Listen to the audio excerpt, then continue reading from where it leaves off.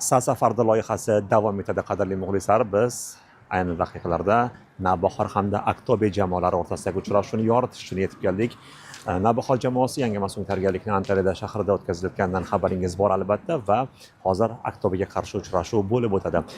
Aqto'be jamoasi Qozog'iston chempionatida 5-o'rinni egallagan edi va o'z tarkibiga portugaliyalik yulduz Nanini qo'shib olgandan so'ng bu jamoaga bo'lgan qiziqish oshib ketdi. Demak, mana shu uchrashuvni e'tiboringizga havola qilamiz va o'xshab qolsa agar yo'q demasa, Nanining fikrlarini ham e'tiboringizga havola qilamiz. Demak, e'tiborimiz markazida Navbahor va Aqto'be jamoalari o'rtasidagi uchrashuv.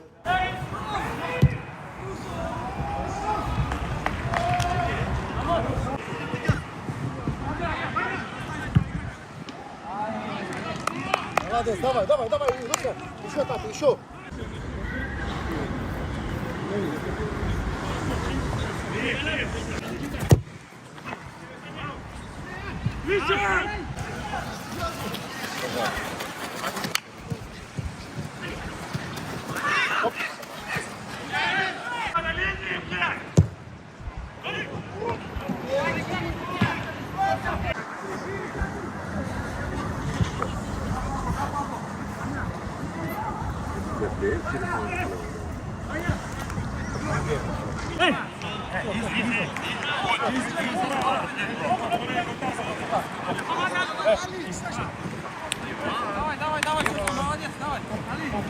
Timur aka, uchrashuv o'z nihoyasiga yetdi. Biroz oxirgi daqiqalar alamli bo'ldi. Bizga o'sha foldek ko'ringan edi oxirida.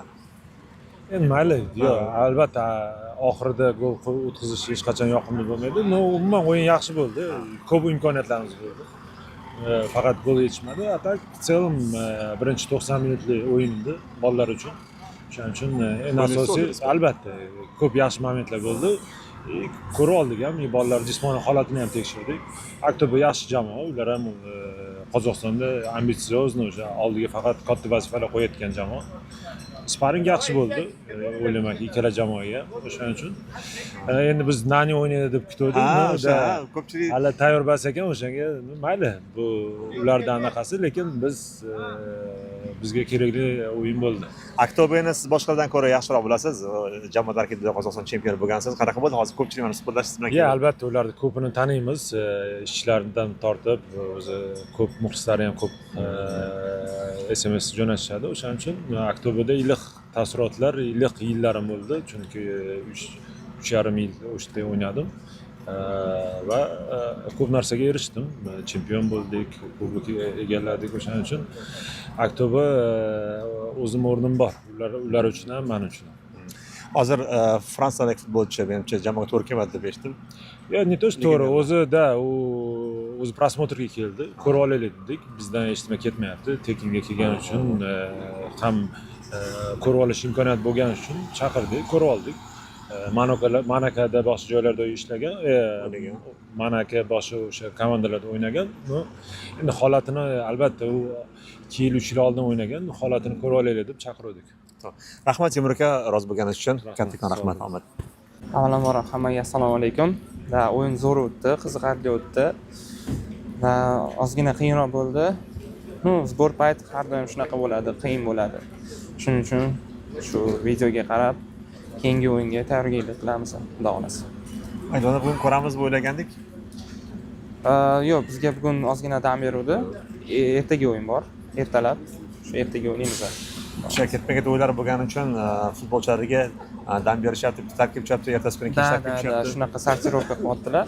Endi shu moslashib ketish qiyin bo'lyaptimi? Yo'q, nimaga? Kollektiv zo'r, komanda ham zo'r, hamma zo'r. Endi shu zbor o'tib, xudo xolasa chempionatga tayyor bo'lib kelamiz. Navbahorni tanlanishning asosiy sababi nima bo'ldi? Timur aka и plus bolельщикlar. Hozirgi ana shu kundagi Navbahor jamoasi chempionatda qanchalik raqobat qila oladi? Chempionlik uchun kurashishi kutilayotgan jamoalarga Navbahor ham kurashadi, lekin Neftchi, Paxtakor.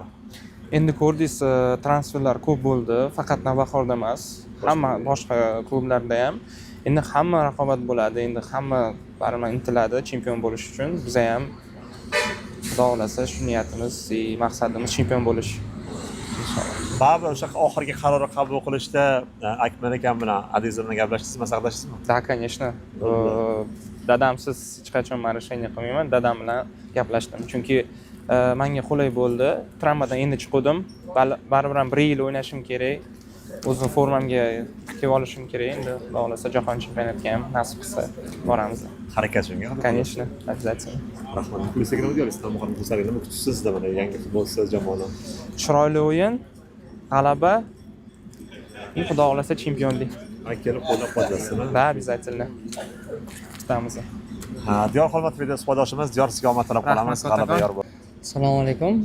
Avvalambor o'yindan oldin shu Aqto'be jamoasini teoriya davomida ko'rib chiqdik. Teoriyada qanaqa o'ynashini, shu tez pressing qilish, Timur aka tez pressing bilan nakrivat qilishni, tez zonalarni yopishni aytib o'tdilar o'yindan oldin. Yig'in juda ham zo'r o'tyapti. Har kun nagruzkalar, pod nagruzka o'ynayapmiz. Har bitta o'yinlarga nagruzka bilan chiqamiz. Xudo xolasa kelayotgan chempionatda tayyor bo'lib chiqamiz deb o'ylayman. Rahmat kattakon. Navbahor jamoasi ishtirokidagi uchrashuvni tomosha qildik. 90 daqiqa yaxshi o'yin bo'ldi, lekin alamlisi oxirida o'sha gol o'tkazib yuborganiga ko'pchilik foul deb aytib o'tdi, lekin baribir menimcha foul edi, to'g'ri mana aytishyapti jamoadoshlar. Endi foul edi, lekin hakam bermadi. Oxirigacha o'ynab qo'yishimiz kerak edi. Alamli bo'ldi, o'rtoqlik bo'lsa ham oxirida qo'yib yubordik. Даже o'rtadan boshlamasimizdan tugatib yubordi. Qolsa yaxshilikka endi xulosa chiqarib oxirigacha o'ynab xatolarni. Hozir ertaga xudo xolsa bitta o'ynaymiz, keyin yana menimcha bitta o'yindan keyin tugatamiz. Qancha o'yin o'tkazinglar, qanaqa xulosalar? Xulosalar endi yangi jamoa ancha mana boshidagi o'yinlardan ko'ra hozirgi oxirgi paytlarda o'yinimiz ancha jamoa birlashgan. Yangi murabbiylar shtabi ham Timur Kapaziyani falsafalarini tushunyapsizmi? Endi ancha tushunib qoldik. O'sha ko'rsatmalarni maydonda qilishga harakat qilyapmiz. Ko'pchilik Nanini kutgandi, siz ham kutdinglar. Ha, biz ham kutuvdik shu Naniga qarshi o'ynashni. O'zgacha bir adrenalin bo'lardi, lekin o'ynamadi. Qo'rqdim balkim. Ha, balki. Tepaga chiqib olibdi, tepada kepkadan keyin nimalarni kapishonkadan kelib ko'rmaydi deb o'ylaganda Jahongir ko'rib qoldi baribir. Ha, Umar rosa kutuvdi, qani Umar? Nanini rosa kutuvding-a? Ha, mana Nanini kutdingizmi? Umardan qo'rqishdi. Nanini ancha kuchli edi. Aka dam olayotgan ekan. Ana oldingi intervyudan keyin hech qanaqa ta'sir qilmadimi? Hech kim demadimi? Hammasi yaxshi. Hamma joydami? Bunaqa Uyga borsak bilamiz. Keyin bu hazil edi, shunchaki so'radik. Bilamiz Umarni qanaqa oilaparvar insonligini. Birinchi muhabbatga ham oxirgisi ham o'zingiz. Rahmat. bu gaplar kelishilgandi hozir intervyudan oldin. Hozir nimadan so'rashdi? So'raychi bormikan birinchi muhabbatda nechta farzandi bor ekan deb aytishdi. Uydagilardan gap eshitgandan keyin hozir to'g'rilab o'ryapti-da endi. Bormi? Nima? Farzandim bor, ikkita farzandim bor, Xudoga shukr. Har barakasini bersin. Rahmat. Xudo xolasa yaxshi bir nima bilan borib yana chempionat tayyor bo'lib, Xudo xolasa chempionlik qo'lga kiritaylik. Nasib birgalikda yana. Rahmat kattakon Navbahor jamoasi muxlislariga ham biz juda ham bu jamoani qo'llab-quvvatlashlarini so'rab qolardik. Xudo xolasa tez orada chempionat boshlanadi. Chempionataziyaga ham rahmat, shunchalik uzoqdan kelib shunaqa yoritib Mana borishyapti. shu so'zni kutdim, men shu gapni. O'shaning uchun kutaverdim. Uy, ana sal qoldi. Ishtoh bo'lib qoldi-ku menimcha. Bo'ldi, so'z mana shu to'xtamiz. Rahmat hammaga.